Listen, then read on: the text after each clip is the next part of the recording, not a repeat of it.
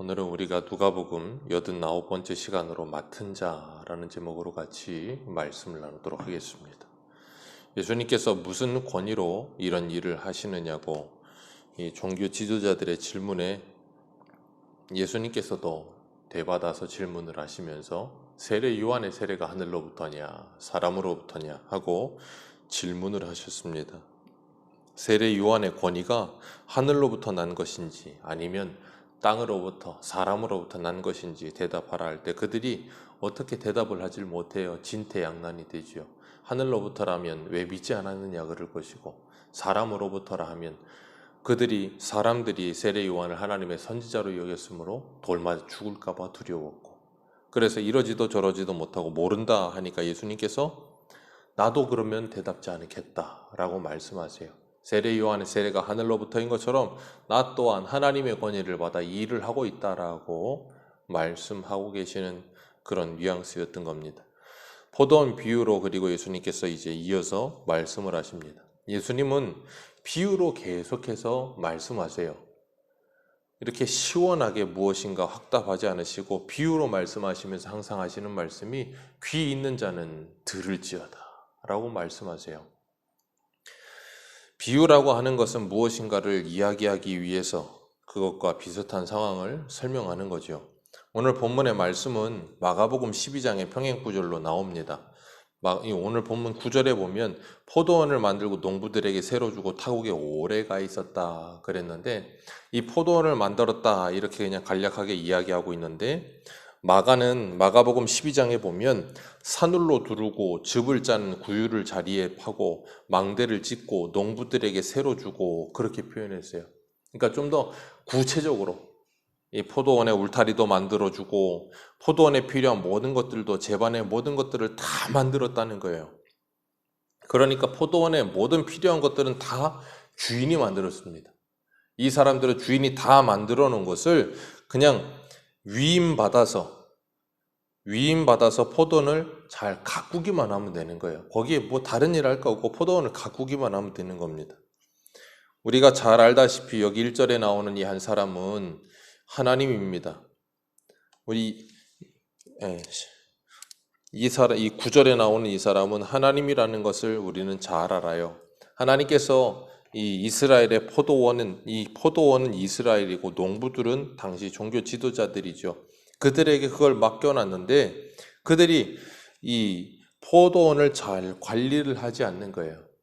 포도원을 잘 관리를 하지 않고 이 주인에게 바쳐야 될 열매를 바치질 않습니다. 중요한 건 뭐냐면 이들이 주인에게 뭔가 바치기 싫어서 바치지 않는 것이 아니라 제대로 된 열매가 없었어요. 이 포도원 비유는 성경에 자주 나오는데 이 포도를 이스라엘에 굉장히 비유를 많이 하셨는데 이사야 5장에 보면 포도원의 노래 그래서 나오는데 하나님께서 이스라엘에게 요구하시는 것은 극상품 포도 열매였습니다. 그래서 그들을 갖다가 심어놨더니 그들이 맺힌 건 들포도밖에 없다 그랬어요. 그런 것처럼 오늘 본문에도 이 사람들에게 포도원을 맡겨놓고 주인이 타국에 갔다가 돌아와서 종을 보내요. 그리고 포도원에 이 10절에 보면 소출의 얼마를 바치게 하려고 그랬어요. 그러면 이 사람들은 당연히 주인의 것이니까 이 포도원도 주인의 것이고 그러니 마땅히 주인이 다 달라 그래도 다 줘야 마땅한 것인데 포도원의 소출의 얼마를 거두기 위해 권했는데도 그걸 주지 않아요. 그 이유에는 그들의 마음속에 이미 주인에게 줘야 될 포도 열매가 없었기 때문인 거예요.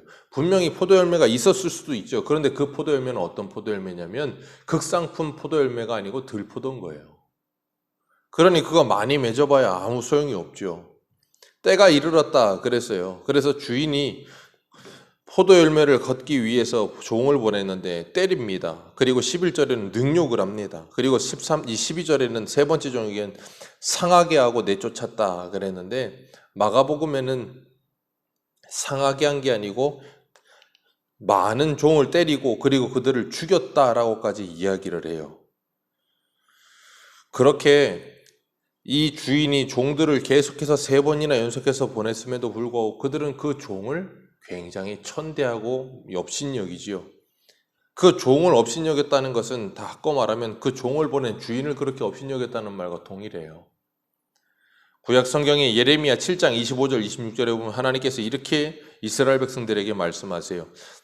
너희 열조가 애굽 땅에서 나온 때에 나온 날로부터 오늘까지 내가 내 종 선지자들을 너희에게 보내었으되 부지런히 보내었으나 너희가 나를 청종하지 아니하며 귀를 기울이지 아니하고 목을 굳게 하여 너희 열조보다 더욱 악을 행하였느니라. 하나님께서 하나님의 종들 선지자들을 부지런히 보내셨대요. 그런데 그들은 부지런히 보내는 하나님의 종들을 부지런히 받아들이지 않아요. 이 악을 행하는 것도 부지런해야 하는 겁니다. 하나님의 열심으로 부지런함으로 그들을 부르시는데 그들은 부지런히 하나님의 말씀을 대적해요. 하나님을 찾지 않습니다. 이사야 30장 9절에서 11절에는 이 패역한 백성이 여호와의 법을 듣기 싫어하는 자식이라 선견자에게 이르기를 선견하지 말라 선지자에게 이르기를 우리에게 정직한 것을 보이지 말라 부드러운 말을 하라 거짓된 것을 보이라 정노를 버리고 첩경에서 돌이키라 이스라엘의 거룩하신 자로 우리 앞에서 떠나시게 하라 하는도다. 열심히 하나님을 버립니다. 그리고 하나님의 법을 듣기 싫어한다 그랬어요. 느헤미야 9장 25절 26절에 이렇게 말해요. 저희가 견고한 성들과 기름진 땅을 취하고 모든 아름다운 물건을 채운 집과 파서 만든 우물과 포도원과 감람원과 허다한 과목을 차지하여 배불리 먹고 살찌고 주의 큰 복을 즐겨 싸우나 저희가 오히려 순종하지 아니하고 주를 거역하며 주의 율법을 등 뒤에 두고 주께로 돌아오기를 권면하는 선지자들을 죽여 크게 설만하게 행하였느니라. 하나님께서 이 느헤미야 9장 25절 26절은 신명기에서 입이 닳도록 말씀하셨어요. 파지 아니한 우물과 짓지 아니한 집과 너희들이 파종하지 아니한 포도원과 이 무화과를 너희들이 얻을 때 너희들은 기억하라. 이 모든 것을 주신 분이 하나님이라는 걸 기억하고 우상을 떠나라 그러셨는데 그들은 하나님을 기억하지 않죠. 하나님의 말씀을 등 뒤에 두고 돌아오라고 외치는 선지자들을 죽이며 오늘 본문에 나오는 이 종들을 대하듯이 그들이 그렇게 대했다는 거예요. 그러니까 이스라엘 전체, 이 구약시대의 이스라엘 전체의 흐름이 어떤 모습이었는지를 하나님께서 비유로 지금 이 포도원 이 비유를 드시면서 쓱 그들에게 이야기하고 계시는 거예요. 너희들의 역사가 어떤지 아느냐? 너희들의 조상 때부터 너희들이 지금 어떤지 아느냐 하면서 삥 둘러서 이렇게 비유로 말씀하시는 거예요. 그러니까 그들이 그 말씀을 듣고 뭐라 그래요? 어디예요? 16절 말씀 같이 읽겠습니다. 시작. 와서 그 농부들을 진멸하고 포도원을 다른 사람들에게 주리라 하시니 사람들이 부르되 그렇게 되지 말지어다.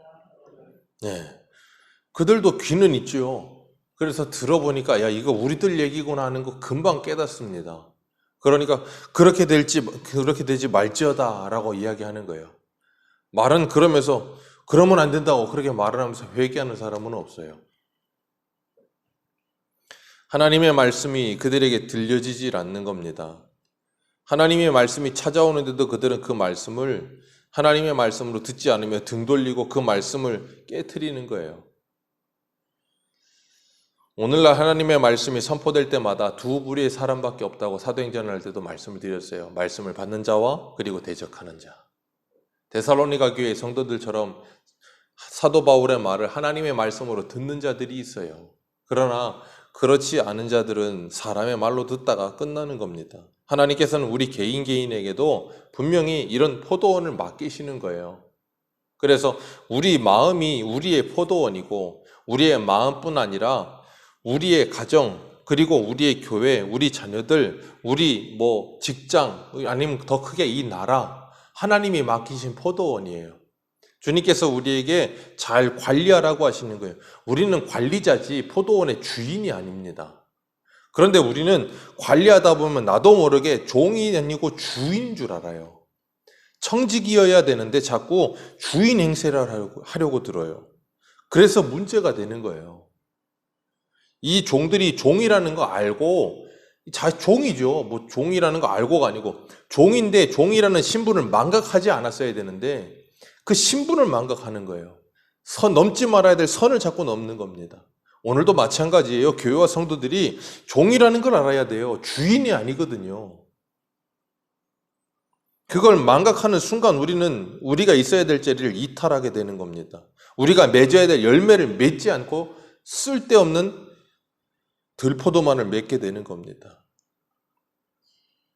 주인이 그렇게 종들을 죽이는 자들에게 뭐라 그러시는가 하면 어찌할까? 13절에 말씀하세요. 어찌할까? 그리고서는 이들이 내 아들은 존대하리라. 그리고 아들을 보내요. 그랬더니 이 농부들이 하는 말이 상속자니 죽이고 유산을 우리 것으로 만들자. 세상에 어떤 주인이 그렇게 하겠습니까? 그런데 그렇게 한다는 거예요. 누가요? 당시 종교 지도자들이. 그랬더니 뭐라 그러세요? 그 농부를 진멸하고 포도원을 다른 사람에게 주리라. 이렇게 표현했는데 마태복음 21장 43절에 이렇게 말씀하세요. 그러므로 내가 너희에게 이르노니 하나님의 나라를 너희는 빼앗기고 그 나라의 열매를 맺는 백성이 받으리라. 그렇게 말씀하세요. 하나님의 나라의 열매를 맺는 자들이 받으리라. 그러니까 그들이 그렇게 되지 말지어다 라고 이야기하는 거예요. 바보가 아닌 이상 그거 못 알아들 사람 없으니까. 그랬더니 17절에 주님께서 뭐라 그러세요? 건축자들의 버린 돌이 모퉁이의 머릿돌이 되었느니라 함과 같은 것이다. 건축자들은 당시 종교 지도자들이죠. 바리새인, 사두개인, 대제사장, 왜 아들이신 예수 그리스도를 버렸어요?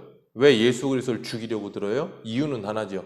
자기들이 지으려는 집과 맞지 않는다는 거예요. 그래서 건축자들이 버린 돌이에요.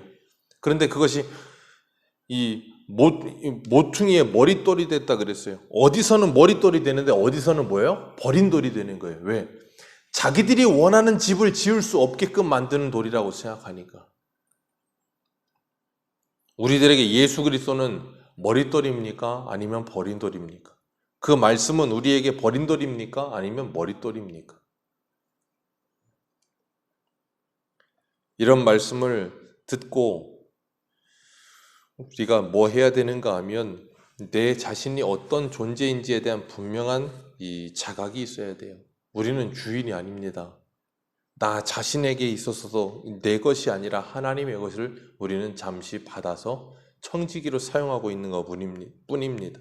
그렇기 때문에 주인 행세하지 말고 청지기로서 주인이 맡겨주신 일에 순종하는 거예요. 마치 사춘기 청소년 애들처럼 간섭하는 거 싫어한다고 나는 간섭하지 말라고 내 마음대로 살겠다고 그런 어리석은 모습으로 살아가는 것이 아니라 주인의 간섭을 받으며 주인의 통치를 받으며 그 말씀에 자원하여 순종하면서 포도원을 충성스럽게 잘 관리하여서 주님께서 말씀하신 것처럼 너희들이 내 안에 있으면 많은 열매를 맺으리라 하신 것처럼 풍성한 열매를 맺어 주인이 찾아오시어서 때가 이르러 그 포도원의 열매를 달라 하실 때 풍성하게 그 열매를 드릴 수 있는 우리 모두가 되시기를 주님의 이름으로 축복합니다.